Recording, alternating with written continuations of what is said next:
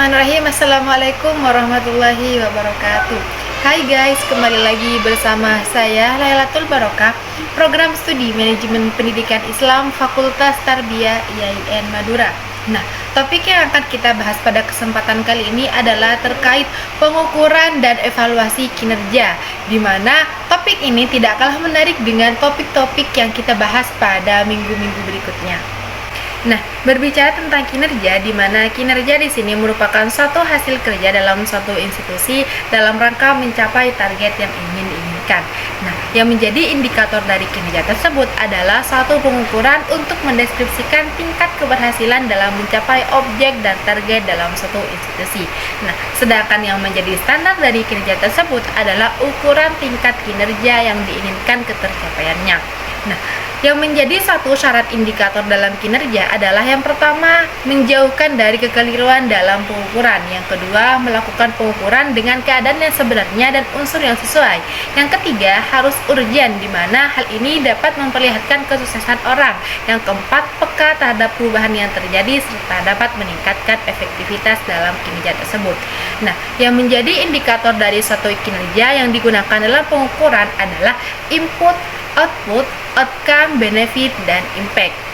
Nah, dalam standar kinerja, perumusan pertimbangan yang digunakan adalah yang pertama, penentuan customer dan stakeholder secara nyata dan realistis. Yang kedua adalah pengamatan lingkungan. Yang ketiga, keluhan dari customer sebagai feedback. Yang keempat, akses informasi layanan yang mudah dijangkau. Yang kelima, penetapan waktu maksimal layanan kepada customer serta adanya suatu perbaikan.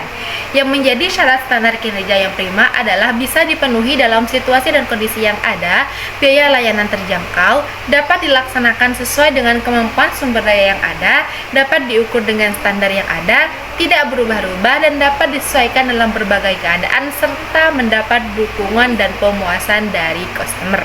Nah, langkah-langkah dalam pengukuran hasil kerja ini dapat dilakukan dengan berbagai cara. Yang pertama adalah persiapan terhadap Renstra.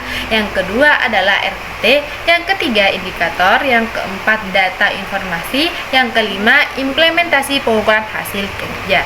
Nah, strategi kesuksesan dalam mengukur hasil kerja adalah partisipasi, kepekaan, relevan dengan arah. Nah, yang menjadi satu strategi dalam kesuksesan untuk mengukur hasil kerja adalah yang pertama partisipasi, kepekaan, relevan dengan arah institusi, sistem kerja, komunikasi, terlibatnya bawahan, revisi target, akuntabilitas, mengumpulkan data dan laporan, evaluasi, dan pemenangan siklus.